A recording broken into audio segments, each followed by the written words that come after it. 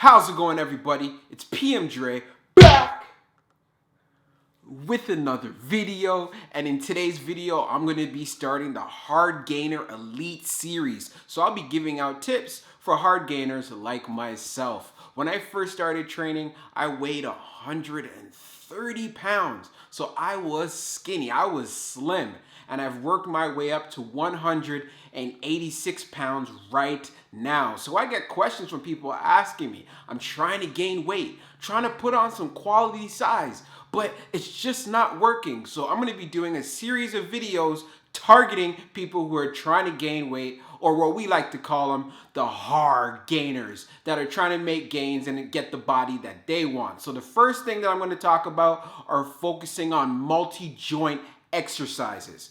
Forget about all of the isolation. So when I first started, I'm like, you know what, like I heard about the bench press, I knew what it was all about, but I wanted to try out other things. Maybe something different would give me more size, right?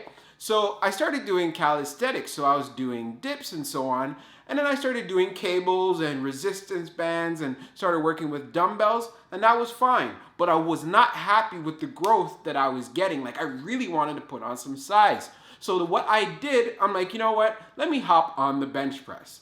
Everybody says that it's so dangerous, it's not good, it's bad on your shoulders. But then I put the time in. It took me maybe about almost a month to actually perfect my technique and figure out how am I supposed to approach this particular exercise and do it the right way without putting the stress on myself that everyone talks about. So that's what I did. So I focused on perfecting my form, and then I used the right amount of weight for me. The reason why most people tend to get injured or afraid of using the bench press, they probably use a lot of weight. They're using too much weight.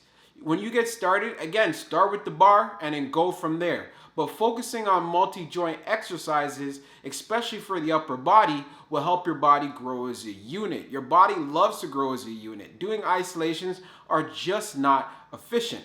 Another example, let's say for legs. I remember when I first started, I was only doing the leg curls and leg extensions for my quads and my hamstrings. Because I heard that, it brings out the feathers in the quads, gives you that nice sweep in those hammies. But you know what? I was slim, and I did notice, I got a little bit of gains, but actual strength, it didn't really feel like that. And I'm pretty sure my form was really bad because I started getting heavier with the weights on the machines for those exercises. So I'm like, you know what? This is not working. Yeah, I'm already slim and I'm getting some definition, but what about the size? So I'm like, you know what?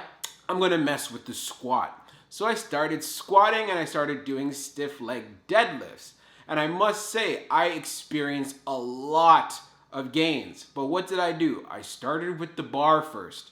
Left my ego at the door. I didn't look at what everybody else was doing. I focused on myself and how I could progress and do squats the right way, especially when you hear all these complaints about, oh, lower back pain, my knees. Again, that could deter anybody who is just getting started.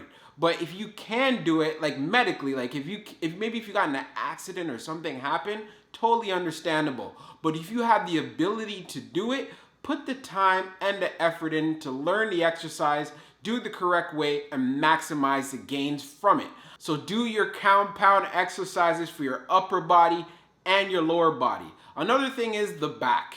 You want to put some mass on that back. You want to build that V taper.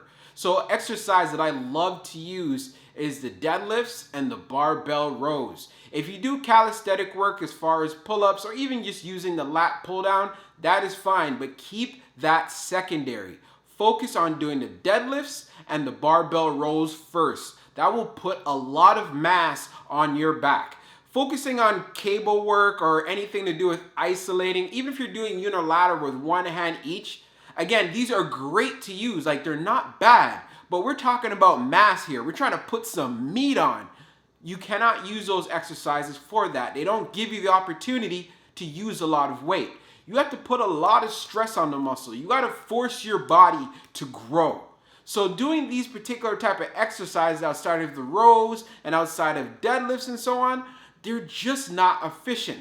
They will help you get stronger and so on, But again, if you're a hard gainer, you're trying to make it happen. You want it to happen right now. And if you're doing it naturally, you really want to focus on multi-joint exercises. So stay tuned for the rest of the videos in this series, and we're going to do it right now. Hard gainers!